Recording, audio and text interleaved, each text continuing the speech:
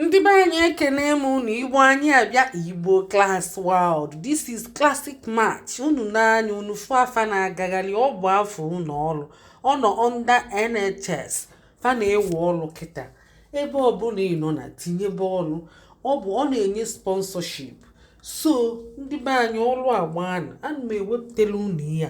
Wepụtela unu ihe niile gbasara ya. Ị na-anya ifu fanwe wọdụ dị iche iche. Ọ bụ nnukwute company.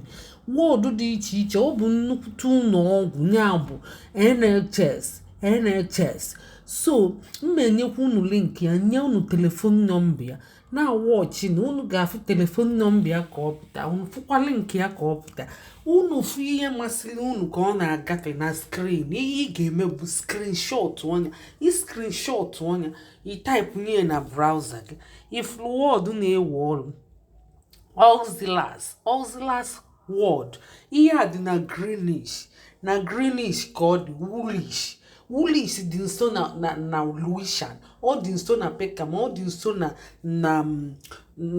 na Dulwich. So ndị niile bi around ebe ahụ gabana ịnọba anyị bido tinye bọọlụ. Fa na-ayọ ị na-anya kịta n'ihe agafete kịta efu ka fa na-ayọ work with us.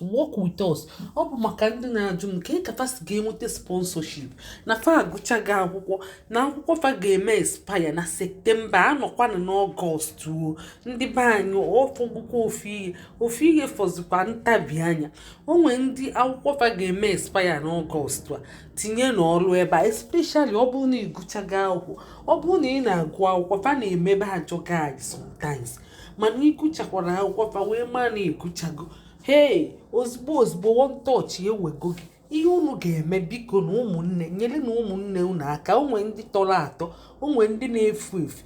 Ihe unu ga-eme bụ kpọọ ofe ebe a. Ịma na nwanne gị nọ na United Kingdom, kpọọ ọnya si ya na ihe na-aga, shia ihe anyị, tag ya ihe anyị, tag ya ndị niile ịma.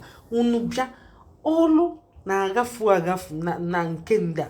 So fachọrọ mmadụ, fachọrọ ndị ga-alụ ọrụ, fachọrọ workforce. Ifu ihe na-agagharị n'ihe onyonyo anụ, ifu ka fa na-asị work with us. Na telefon nọmba fa, ifu direction fa Auxiliars House, ifu gị na street fa London, na postcode fa na ihe niile gbasata ụlọ fa. Maka ndị na-atụ egwu na-asị anyị amara ndị bụ ndị na-enye ka ọ dị ka ehihie kọpilia. Ọ na-agafe na screenshot onye emechezi itoolu alụ ana wee type bazi anya wee gụba wee denye ibezi ilifa akwụkwọ wee chili ya credential tinye ilifa chili ihe niile ga-emefe attractive tinye ilifa idecheche ihe niile about yourself. Ịmali ya asịsị chọta ịchọta ya itinye ilifa. N'afụ gị na salary ya n'ofu salary ya ifuru ya. Chineke, ihe nke a na-agazikwa aga. Chineke na 19 afụrụ m ihe a n'oge echi bụ 19. Chai, tinyebe n'ozugbo echi unu ka nwekwu time.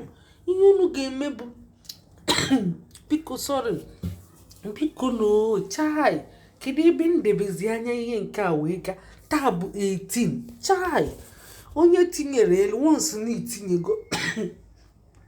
na itinyego before the date ị gabago. So ụlọ emebibere anya.